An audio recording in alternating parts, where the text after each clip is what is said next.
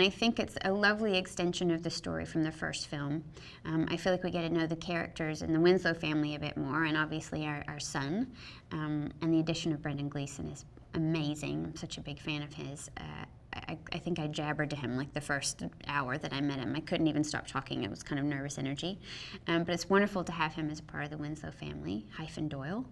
And I feel like it's nice we're answering some more questions about the Smurfs that I feel like people had in the first film, especially with Smurfette. And we're learning a bit more about the Smurf family.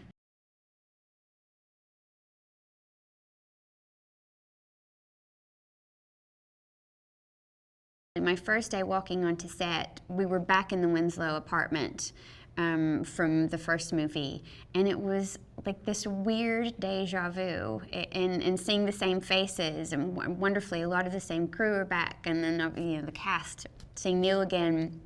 It was actually really wonderful. It's kind of like a little family reunion.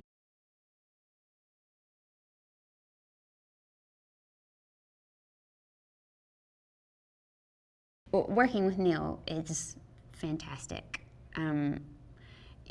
He's everything that you assumed that he would be. He's wonderful and fun and caring. He's as much fun off the set as he is on the set.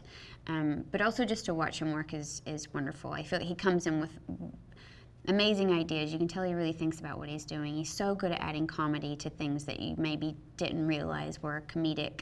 And his physical comedy, like working with the Smurfs and carrying them around and having them walk all over him. He's just so good at all that stuff, and he's also good at just being real and making a scene feel real.